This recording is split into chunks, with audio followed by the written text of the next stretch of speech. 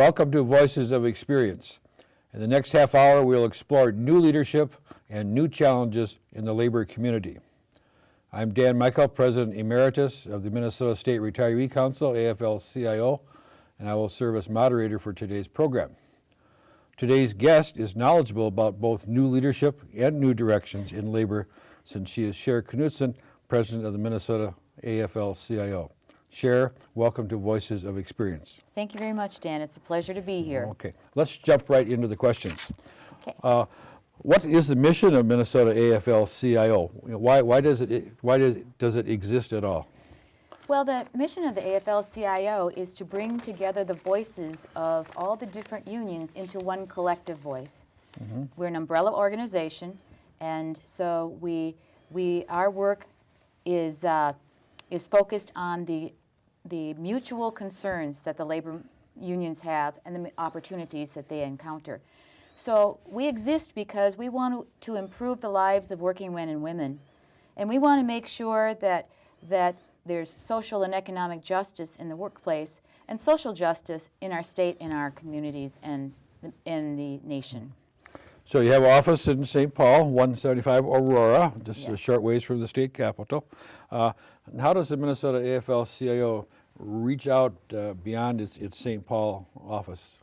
Well, personally, I'll say I get around the state quite a bit. I've been into all parts of the state, and that's something I enjoy doing because I like to talk to union members that share their stories and their issues, because that helps me be a better leader. But to answer your question, we're a statewide organization, yes, and we are centered in St. Paul, but we have staff in all 6 areas of the state. So we have full-time staff that are working southeast, southwest, the west, northeast, and the metro, the different areas of the metro, St. Cloud. We have full-time staff. And along with that, we have our AFL-CIO support staff that is based in St. Paul, and they can help any of those areas, the 6 areas, in the areas of communications or political work, legislative work, or organizing support. So we get out quite a bit. They come in for meetings, and so we have a pretty strong relationship with all parts of Minnesota. And you have a dynamite staff. We do have a dynamite staff. I'm very proud of every single one of them. Yeah. So prior to your election at the September 2010 convention of AFL-CIO, came at the very end of the month, as I recall, you were president for a little over a year, having been elected by the general board. Mm-hmm. So during that first year, or almost a year, were there any surprises for you in your time at office? Yes, it was just shy of a year by a few days that I was in office. And, much of it was similar to what I had been doing in the St. Paul area. I was president of the St. Paul Regional Labor Federation. And so the day-to-day kinds of things, the issues, much of that was the same. But I guess I was unprepared, or was surprised, as you would say, about the number of committees that the president of the AFL-CIO is legislatively designated to serve on. And one of them is the Workers' Comp Advisory Committee, where I am co-chair as president of the Federation, co-chair with president of the Chamber of Commerce. And workers' comp can be a very complicated issue. Yes. And I will tell you the story of I was actually going to be on a panel I would start in October, and a panel like in November, something like that, on workers' comp. And so I was being prepped for this, and so that I could get a feel of what workers' comp was all about. Folks came in with a book that was like this and like this and like this, and said, "Here, read this, and you'll know what you need to know about workers' comp." Yeah. Well, needless to say, I asked for the summary of it, and have been able to move forward on that. But that's the kind of things that are maybe a little surprises. Okay. So at the September 2010 convention of AFL-CIO, I was there, and I noticed that there were 4 former state federation presidents around at different times at the convention. Dave Rowe was there, Danny Gustafson was there, Bernie Brummer, and Ray Waldron. I thought that was really amazing that they would still have their interest in AFL-CIO. But just to pay tribute to them for a minute or two, could you identify the key contributions made by each of those predecessors of yours? Absolutely. You know, I will say that some of them served at a time when we had a more friendly governor, and that can make a difference as to what you can do. But David Rowe was an amazing man. He was strong-willed, and during that time, we gained PELRA, prevailing wage, and OSHA in Minnesota. Okay, PELRA, Public Employees Labor Relations Act, and OSHA, the OSHA is the Occupational Safety and Health Administration? yes, where safety at the workplace. Right. That's basically what that's about. Okay. Danny Gustafson, he was able to move through the first Family Medical Leave Act in the country. In the country. Wow. And in fact, when the federal government wanted to pass one, they used Minnesota's as a model for the federal legislation. That's pretty incredible. He also instituted and funded a dislocated worker program for the state, which is still in place and is still one of the best ways for workers to be trained or retrained when they've lost their job or they need to move to a different career.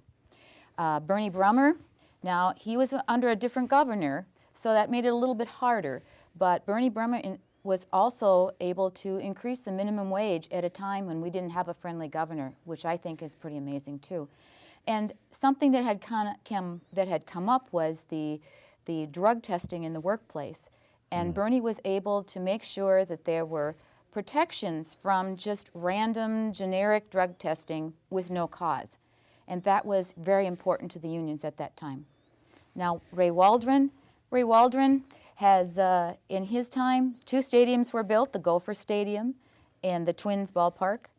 And he also shepherded us through the Minnesota AFL-CIO's New Alliance process, which is a process where we looked at the structure of the labor movement in Minnesota, the structure, what we were doing, what we wanted to do, and we came up with a new way of looking at how we're structured and how we do our programs so we can be more effective on behalf of working men and women in this state.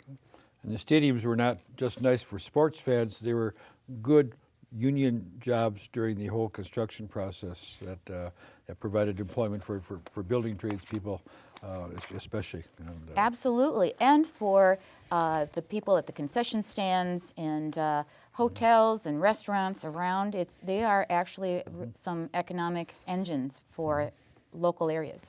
So those 4 presidents were gentlemen in more than one way. But Yes. And you're president of the Minnesota AFL-CIO, and you are a woman. So are you a woman who was president of the AFL-CIO, or are you president of AFL-CIO and happen to be a woman? I would say that I am the president of the Minnesota AFL-CIO who happens to be a woman.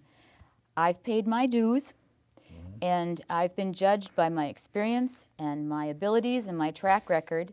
And so believe me, that wasn't necessarily easy, but I am a president who happens to be a woman.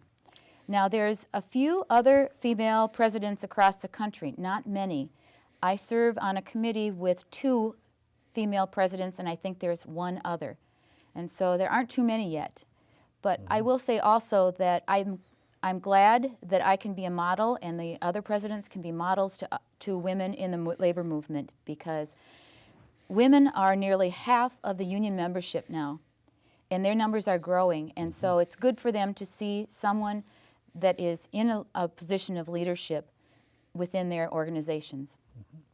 Now, let's jump ahead 20 years, 50 years, 100 years from now, and some future state president is looking back upon the labor movement in the first part of the 21st century, in the first at the end of the first decade and into the second decade of the 21st century. How may that future president talk about Shar Knutson having been a transformational president? Well, first of all, I do think we're in transformational times, not just because of the economy as per se, but also because of the changing of work and how it's different than it used to be. So if someone was to look back, I'd hope they'd be kind, but Yeah, right. but I would like to see where we built a strong, effective, proactive organization that was focusing on the needs and desires of the working men and women of this state, that we led by our values and our principles. And if we can do that, then I believe that we will be a success. Very good. Now, this program is brought to our viewers by the Minnesota State Retiree Council, AFL-CIO. What role is there for retirees in Minnesota AFL-CIO?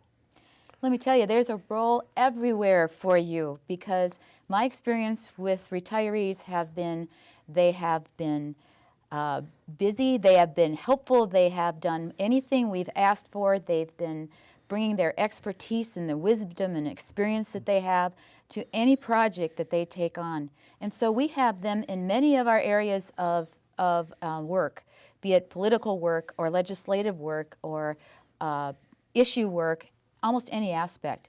We invite the retirees in because they get things done. And how does the State Federation support retirees? We support you in any way we can, but we also, we have a space for you. We like that you are in our offices because we can share communications. We have a strong relationship, and we will support you in any way we can. Okay. I just might mention in the political activities in which we are involved. First of all, union members vote more often than the general public in any given election. And then secondly, union retirees vote in greater frequency than active union workers. And we've seen the data on that election after election. So as I talk, as other state retiree council people talk to active union leaders, we say you can double your clout by involving your retirees. And the state AFL-CIO is leading by example. And, well, thank you. We thank you for that. So with the active workers, union men and union women, what are the 2 or 3 greatest challenges that they are facing today, and how can their union, how can AFL-CIO help them to address these concerns? Well, I think one thing that's really facing us is a changing of the nature of the work that's being done in this country. We have seen some jobs leave, never to come back. We've seen new jobs grow. And so I think it can be unnerving at times. I think it's an opportunity for us to look forward and find what we can do to make sure that we're bringing in good jobs, whether it's in the energy field, the new energy field, or other fields where we know that the work will be here and the work will be well paid. So I guess the other thing would be that it's a time for us to look at organizing the non-traditional areas of work. I think we have to look at that to make sure that we give everybody an opportunity to be in a union, and that our numbers grow, because as our number grows, then our voice grows. Now, the second thing I'd like to talk about briefly is the image of union workers these days. I don't understand, but we all have heard it, where a conservative or someone else just hammers on union members because they have a better rate of pay than the average, and they have some good benefits. They have health care, and they have usually have a retirement plan. So I think we need to be very strategic about that too, and make sure that people see that this is an opportunity for them, not something to tear down, but something to aspire to. And we have our work cut out because they've got a little jump on us, but that's something we're going to be actively